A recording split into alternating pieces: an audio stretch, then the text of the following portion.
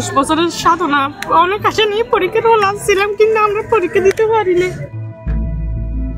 সারা বছর দিনরাত এক করে পড়াশোনা করে প্রস্তুতি নিয়েছিল তারা। নিবন্ধন ফর্ম পূর্ণ সহ সব কিছুর জন্য টাকাও পরিশোধ করেছিলেন নিয়ম মেনে। বুক ভরা স্বপ্ন নিয়ে জীবনের অন্যতম গুরুত্বপূর্ণ এসএসসি পরীক্ষা হলে প্রবেশের আগ মুহূর্তে স্কুলে প্রবেশপত্রের জন্য গেলে জানতে পারেন তাদের সকল চেষ্টা ও প্রস্তুতি কবর দেওয়া হয়েছে আগে থেকেই। আহাজারি, স্কুল ভাঙচুর, সড়ক অবরোধ, কোনো কিছুতে মিলেনি প্রবেশপত্র।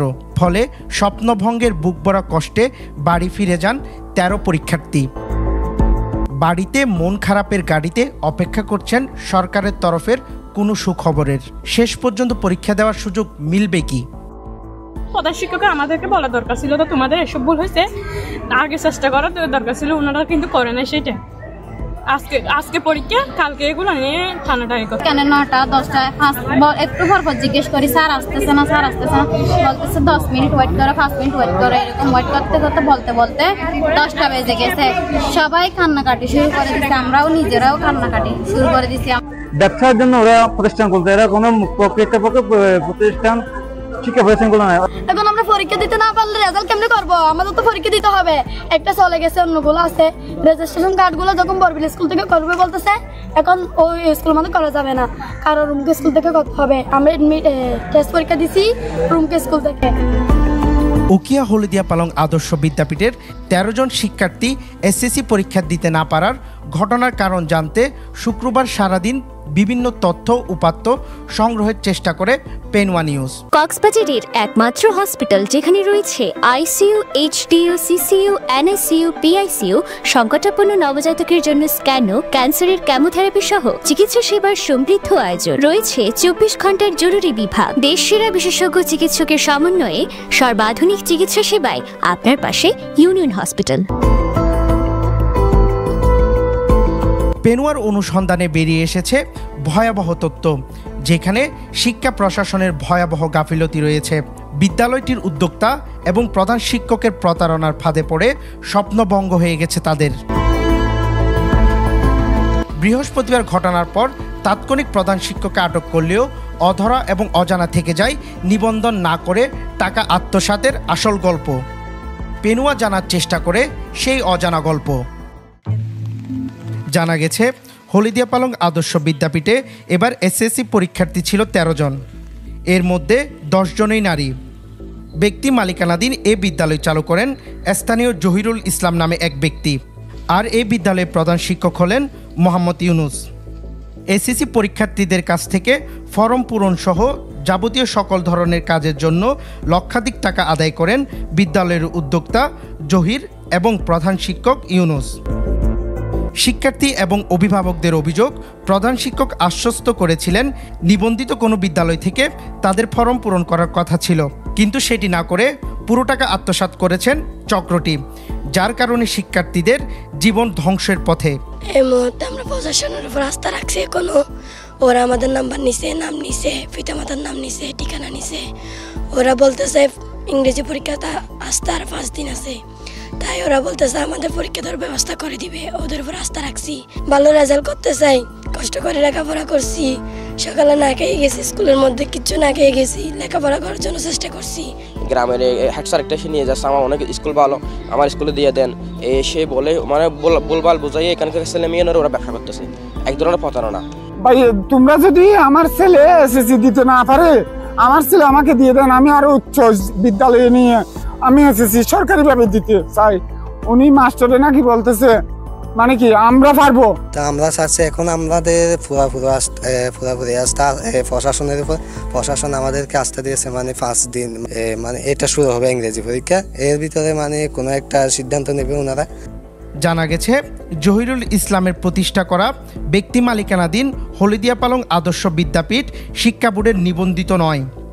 শিক্ষা অফিসারের সাথে যোগসাজশ করে তিনি শিক্ষার্থীদের বইসহ অন্যান্য বিষয়গুলো ম্যানেজ করতেন, যার কারণে শিক্ষা ব্যবসা করতে গিয়ে শিক্ষার্থীদের জীবন নিয়ে ছিনিমিনি খেলছেন তিনি। স্থানীয়দের অভিযোগ, জহির একজন শিক্ষা ব্যবসায়ী। তিনি শুধু এটি নয়, এর পাশাপাশি 1 কিলোমিটারে আরও 2টি উচ্চ বিদ্যালয় খুলেছেন, যেগুলোরও নিবন্ধন পায়নি। সমুদ্রের গর্জনে ভিন্ন স্বাদের সামুদ্রিক খাবারের ভরপুর আয়োজন উপভোগ করতে আজই চলে আসুন প্যাসিফিক বিচ লাউঞ্জ ক্যাফে কক্সবাজারে। জহিরের কারণে শিক্ষার্থীদের স্বপ্ন মাটি হয়ে যাচ্ছে। স্থানীয়দের অভিযোগ, এমপিওভুক্ত উচ্চ বিদ্যালয় কিছুটা দূরে হওয়ার সুযোগকে কাজে লাগিয়ে জহিরের মতো আরও অনেকে একই এলাকায় 2 কিলোমিটারের মধ্যে 6টি উচ্চ বিদ্যালয় খুলেছেন, যেখানে দেদারসে চালাচ্ছেন ব্যবসা। অথচ নিয়ম অনুযায়ী কোনো এমপিওভুক্ত উচ্চ বিদ্যালয়ের 2 কিলোমিটারের মধ্যে কোনো উচ্চ বিদ্যালয় করা যায় না। জহিরের মতো শিক্ষা ব্যবসায়ীদের দ্রুত আইনের আওতায় আনার দাবি জানান সাধারণ মানুষ। এখানে একটা আছে জহির মাস্টার, আবার জহির মাস্টার একটা স্কুল করার পর আবার একটা নতুন স্কুল করতেছে।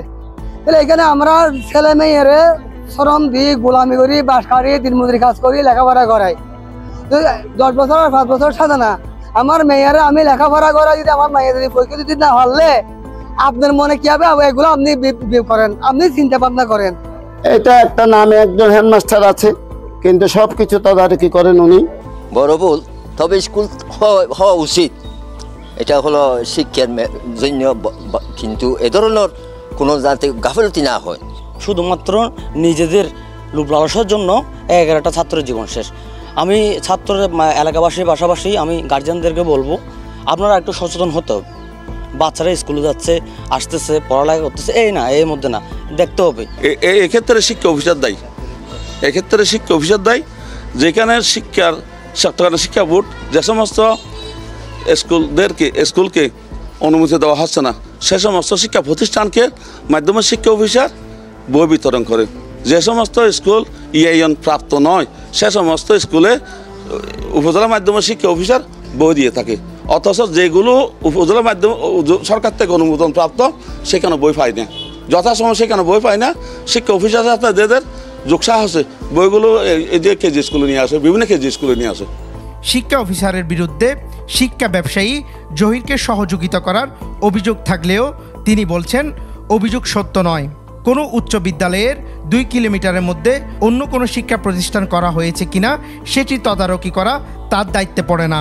তবে কেউ যদি কোনো শিক্ষা প্রতিষ্ঠান চালু করে, তার দায়িত্ব তাদেরকে নিয়মিত বই সরবরাহ করা। এদের এই নাম্বার বা এই যে স্থাপনা অনুমতি এগুলো ভোট দেন, ওরা কিভাবে দেয় সেটা তাদের বিষয়। আমরা কি দিই না, আমরা তো তখন এই বই টেটে নেয়, ঠিক আছে। এখন তো তারা বলে না আপা পর্যন্ত অন্য স্কুলের মাধ্যমে রেজিস্ট্রেশন করে পরীক্ষা দেয়, এই জন্য নিয়ম আর কি, ঠিক আছে। 1 কিলো 3 কিলো সেটা একটা দূরত্ব দেওয়া আছে, সেটা ভোট দেখে, ভোট যদি মনে করে যে 3 কিলোমিটার রেজিস্ট্রেশন করা সম্ভব, তাহলে হয়তো অনুমতি দেয় না, দেয়। ভোটের সাথে সম্পৃক্ত সেটা আমাদের সাথে। এদিকে শিক্ষার্থীরা পরীক্ষা দিতে না পারার ঘটনায় মামলা রুজু হয়েছে উখিয়া থানায়, যেখানে বিদ্যালয়টির উদ্যোক্তা জহিরুল ইসলাম, প্রধান শিক্ষক মোহাম্মদ ইউনুস সহ বেশ কয়েকজনকে আসামি করা হয়েছে। ইতিমধ্যে এই মামলায় আটক করা হয়েছে প্রধান শিক্ষক ইউনুসকে। বাকিদের গ্রেফতারে অভিযান করছে বলে জানান পুলিশ। উপজেলা প্রশাসন বলছেন, শিক্ষা বোর্ডসহ সংশ্লিষ্ট দপ্তরে যোগাযোগ করে দ্বিতীয় পরীক্ষা থেকে যাতে এই 13 জন শিক্ষার্থী অংশ নিতে পারে সেই ব্যবস্থার চেষ্টা করছেন তারা। বিষয়টা হচ্ছে যে আসলে বোর্ডের বিষয় তো আপনারা তো জানেন, আপনারা একটা বিষয় হচ্ছে যে ফর্ম ফিল আপ না করালে তো কোনো থাকে না, অপশন থাকে না। কারণ যেহেতু মনে করেন যদি ফর্ম ফিল আপটা যদি করানো থাকতো, তাহলে একটা বোর্ড এবং সবাই সহযোগিতা করতে পারতাম আর কি। শিক্ষার্থীদের আকুতি, তারা সকল শর্ত মেনে দ্বিতীয় পরীক্ষা থেকে এসএসসি পরীক্ষার হলে বসতে চায়। এজন্য সরকারের বিশেষ হস্তক্ষেপ কামনা করছেন তারা। আমরা চাই আমাদের পরীক্ষা দিতে হবে যে কোনো প্রকারে। মুক্তাদিল জয়, পেনওয়া নিউজ।